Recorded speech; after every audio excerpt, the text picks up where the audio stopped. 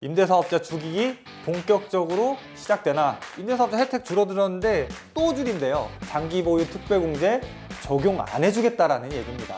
혜택이 없어진 거예요. 축소도 아니고 아예 없어진 거예요.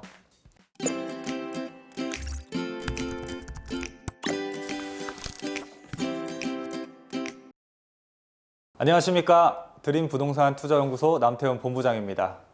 정말 하루도 조용할 날이 없는 것 같습니다. 지난주에는 취득세에 대한 또 증액 얘기가 나오더니 요번에는 또 임대사업자 혜택을 축소하는 것도 아니고 없애버리겠다라고 하는 또 얘기가 나왔습니다. 참 우리 시청자분들 임대사업자에 대한 관심 많으신데 도대체 어떤 내용인지 오늘 영상에서 한번 다뤄보도록 하겠습니다. 자, 본 영상 시청하시기에 앞서서 구독하기와 좋아요, 알람 설정 버튼까지 눌러주시고 시청 부탁드리겠습니다. 자, 그러면 본격적으로 한번 시작해 보도록 하겠습니다. 자, 지금 일단 제가 제목을 이렇게 정해봤어요. 지금 또 한 번의 임대사업자 혜택 축소, 임대사업자 죽이기 본격적으로 시작되나 입니다.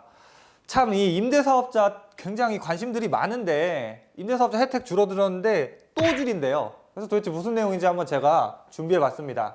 일단 먼저 본 내용에 들어가시기 앞서서 현재 임대사업자에 대한 혜택이 뭐가 있는지 한번 간단하게 보고 가실게요.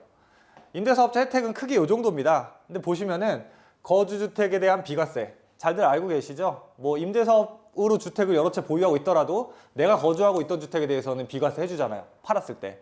자, 그리고 임대 놓는 그 주택에 대한 장기보유 특별공제 해줍니다. 원래 다주택이면은 장기보유 특별공제가 안 되는데 그걸 해주는 거죠. 자, 여기에다가 최초 취득한 임대주택에 대해서는 취등록세도 감면을 해줍니다. 뭐 재산세 감면도 있고요. 의료보험도 감면해줬어요.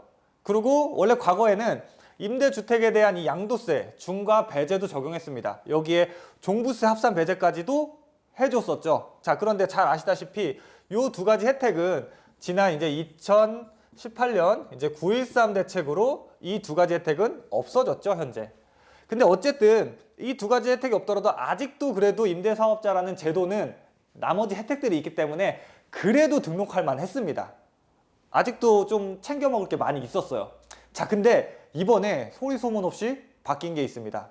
어떤 거냐면 조세특례 제한법이 일부 개정됐어요. 자, 이 조세특례 제한법이라는 녀석이 어떤 녀석이냐면 임대사업자라는 제도는 다양한 법률 안에 다양한 법률들이 합쳐져서 형성된 제도입니다. 대표적으로 이 제도가 어떻게 등록하고 몇 년짜리로 등록해야 되는지 이런 것들을 다룬 민간 임대주택에 관한 특별법도 있었는데 사실 그걸 등록함으로써 세금 혜택을 어떻게 주겠다 하는 거는 이 조세특례 제한법하고 소득세법에 있었어요. 근데 그 중에서 이번에 이 조세특례 제한법이 지난 12월 10일 날 이때 국회를 통과했습니다. 개정된 게. 그래서 어떤 내용이냐면 자, 보시면은 기존에 이 조세특례 제한법의 임대사업자 혜택에 대한 부분에서 이렇게 써 있었어요. 장기 일반 민간 임대주택으로. 자, 이게 무슨 말이냐면 뭐 많은 분들이 아시는 이 중공공인데요. 중공공 임대주택으로 8년짜리죠. 자, 이걸로 등록을 하고 요건을 충족하는 경우에는 임대주택에 대한 이 장기보유 특별공제를 적용해준다 라고만 써 있었습니다. 근데 이게 개정이 돼서 어떻게 바뀌었냐면 이게 기한이 생겼어요. 이제 2022년 12월 31일까지 이 중공공, 이거 8년짜리로 등록을 하고 이제 요건을 충족하는 경우에만 장기보유 특별공제가 적용이 된다라는 거예요. 그러니까 한마디로 무슨 얘기냐면요. 이때를 기한으로 이제 앞으로 2023년부터 8년짜리 긴 걸로 임대주택 등록해서 내가 임대를 주더라도 그 임대주택 나중에 팔 때 장기보유 특별공제 적용 안 해주겠다라는 얘기입니다. 혜택을 없애버린 거예요. 굉장히 이 임대사업자 혜택 중에 굉장히 큰 부분을 차지하던 녀석이었는데 이걸 이제 없애버리겠다는 겁니다. 제가 조금 더 쉽게 설명을 드릴게요. 이게 뭐였냐면 기존에 이 중공공 임대예요. 8년짜리 장기 일반 민간 임대라는 게 8년짜리인데 이 8년으로 등록하고 나서 8년간 임대를 준 다음에 매도할 경우에는 원래 장특공을 50% 적용해줬습니다. 자, 그리고 이 8년짜리를 등록한 다음에 10년간 임대를 주고서 만약에 팔았을 때는 장특공을 최대 70%까지 적용을 해줬어요. 이 부분은 다들 잘 아실 거예요, 다들.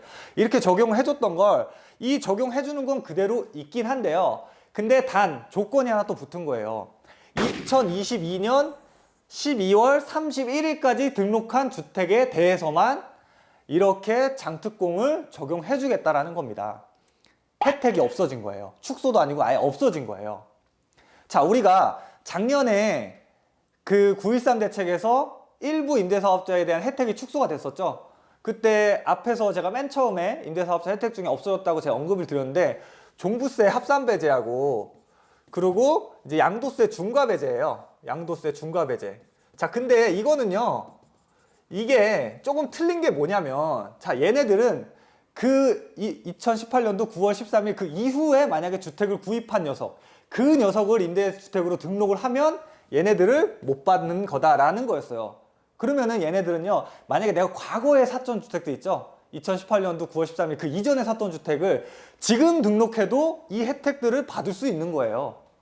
결이 좀 틀려요. 결이 받을 수 있는 건데, 자, 이번에 바뀐 이 장특공 부분은 뭘 건드렸냐면, 아예 그냥 시한을 딱 못 박아 놓고서 이 뒤로부터는 장특공 아예 못 받게 하겠다.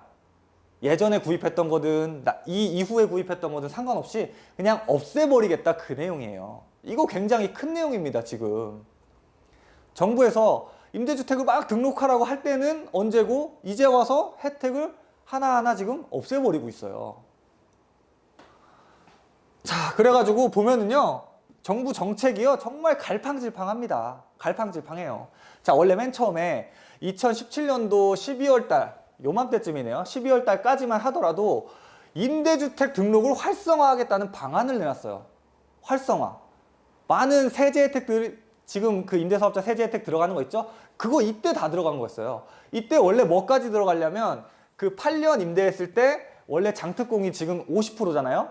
10년 임대야 70%. 근데 8년 임대했을 때 장특공 70%까지 해주겠다라는 대책까지 원래 들어갔었어요. 근데 물론 이거는 이제 국회에서 이제 논의 중에 이게 없던 일이 돼버리긴 했어요, 사실. 그래갖고 현재의 8년 50%, 10년 70% 이렇게 적립이 된 건데, 어쨌든 그때 이 장특공뿐만 아니라 뭐 어떤 취등록세 감면이라든지 재산세 감면, 뭐 의료보험 감면 이런 것까지 다 해주겠다는, 활성화 시키겠다는 방안을 내놨던 게 불과 2년 전이란 말이에요. 불과 2년 전. 2년 전인데 그 후로 이렇게 임대사업자 제도를 통해서 많은 좀 돈을 가지고 있는 사람들이 주택을 계속 사들이면서 이 임대사업자라는 제도를 활용해서 재산 증식의 수단으로 쓰다 보니까 집값이 잡히지가 않잖아요. 그래서 정부에서 어떻게 했어요? 이 9.13 대책을 통해서 임대사업자 혜택 일부를 축소했죠. 아까 말씀드렸던 종부세 합산배제랑 양도세 중과배제. 불과 1년도 안 된 그 사이에 정책의 방향을 확 틀어버렸단 말이에요. 원래는 활성화였다가 축소로 방향을 확 틀었어요. 그러고 이렇게 혜택을 축소하겠다라고 발표한 지 1년 조금 지나서 이제 12월 10날 법이 또 국회에서 통과된 겁니다. 이렇게 조세특례 제한법이 개정이 되면서 또 축소한 거잖아요, 지금. 한마디로 임대사업자 하지 말란 얘기예요, 이 정도면. 임대사업자 혜택 중에 가장 중요한 게 거주주택 비과세하고 임대주택에 대한 그 장기보유 특별공제, 이 두 가지 받으려고 우리가 임대사업자 등록하는데, 그 큰 두 가지 혜택 중에 한 가지를 이제 없애겠다는 거잖아요. 누가 등록해요, 그러면? 누가 등록하겠습니까? 남은 게 없는데. 자, 그래서 이번에 이렇게 굉장히 큰 게 바뀌었어요. 만약에 장기보유 특별공제가 일몰이 돼가지고 이제 2023년부터는 없어지겠죠. 만약에 그렇게 된다면 어떻게 될까요? 사실 이렇게 법 개정하려는 거는요, 아마 정부가 큰 그림을 그리고 있다라고 저는 생각을 해요. 자, 이거 들어보셨을 거예요. 계약갱신 청구권하고 전월세 상환제도. 몇 달 전에 이렇게 얘기가 한번 나왔었는데, 이게 지금은 그렇게 얘기가 많이 들리지 않잖아요. 조용하잖아요. 자, 근데 이렇게 장기보유 특별공제 없애버리면 어떻게 되겠어요? 임대사업자 등록 줄어들겠죠? 사실 그 임대사업자라는 제도가요, 이거를 등록하는 사람한테는 세제 혜택을 주지만 사실 정부 입장에서도 물론 득이 되는 제도였어요. 왜? 정부가 하지 못한 역할을 임대주택, 양질의 임대주택을 공급하는 거를 민간에다가 위탁해가지고 민간에서 공급을 하고 있었잖아요. 자, 근데 앞으로 이게 없어지면은 당연히 임대사업자 등록 안 하겠죠? 자, 그러면 양질의 임대주택 숫자 줄어들잖아요. 그래서 그 양질의 임대주택 유지를 하기 위해서는 어떻게 해야 돼요? 이런 것들 해야 돼요. 임차인의 어떤 권리를 보호하는 계약갱신 청구권이라든지, 이게 원래 기존의 전세는 2년인데 한 번 무조건 청구를 할 수 있어서 최대 4년까지 늘리겠다라는 그런 거였잖아요. 이런 거라든지, 아니면은 전월세 상한제도. 우리가 임대사업자 혜택 볼 때 연 5% 상한 제한 있죠? 임대료 상한 제한. 그거 이제 강제로 하겠죠. 이렇게 해야지 안정시킬 거 아니에요. 임대사업자 등록 안 하니까. 그래서 이게 아마 가속화 될 것 같아요. 자, 그러면은요, 어떻게 될까요? 자, 일단 임대사업자라는 제도가 없어지면은 전월세 시장이 불안해질 거죠. 전월세 시장. 자, 전월세 시장이 불안하면 전월세 가격만 들쑥날쑥한가요? 아니에요. 매매가에도 분명 영향을 미치잖아요. 그래서 전체적으로 어쨌든 주택 시장이 불안해질 겁니다. 지금도 불안한데요. 앞으로도 이렇게 불안하게끔 만들고 있어요. 지금 정책을. 이 불안감은 계속 이어질 것 같아요. 불안감은. 자, 그러고요. 이렇게 되면 어떻게 될까요? 전략을 잘 세우셔야 됩니다. 전략을. 자, 만약에 내가 다주택자야. 다주택자인데 아직도 임대사업자 등록을 망설이시는 분들 있죠? 아직도 이게 과연 내가 등록하는 게 맞는지 그 득실을 계산하시고 아직 안 하신 분들도 많을 거예요. 그런 분들은 서두르셔야죠. 이거 혜택 챙겨 먹어야 됩니다. 제가 아까도 한번 언급드렸는데, 임대사업자 맨 첫 페이지에 보여드렸던 그 수많은 혜택 중에 거주주택 비과세랑 임대주택에 대한 장기보유 특별공제는요, 이거 세금 혜택 받으면은, 예를 들어서 내가 과거에 좀 쌌을 때, 집값이 쌌을 때 샀다가 지금 많이 오르신 분들 같은 경우에, 혹은 그 임대주택으로 등록한 녀석이 좀 약간 그 개발지 내지는 좀 사람들이 많이 선호하는 지역에 있던 주택을 임대주택으로 등록하신 분들은 나중에 몇 년 뒤 지나면은 양도 차익이 클 거 아닙니까? 그러신 분들은 그 임대사업자로 등록해서 혜택 보시면은요, 그 세금 혜택이 억대로 돼요. 억대로. 내가 세금을 억대로 아낄 수가 있어요.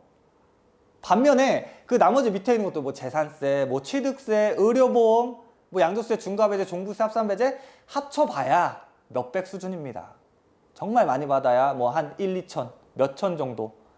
거주주택 비과세랑 임대주택에 대한 장기보유 특별공제, 이 세금 혜택의 규모하고는 비교조차가 안 돼요.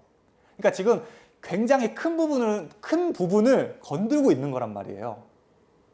그래서 그 큰 혜택들 보시려면 서두르셔야 돼요. 서두르셔야 됩니다. 자, 그래서 일단 오늘은요, 이번에 새로 법이 바뀐 부분에 대해서 한번 짚어드렸어요. 자, 지금 이 연말이고 하다 보니까는 되게 어수선하거든요, 사실.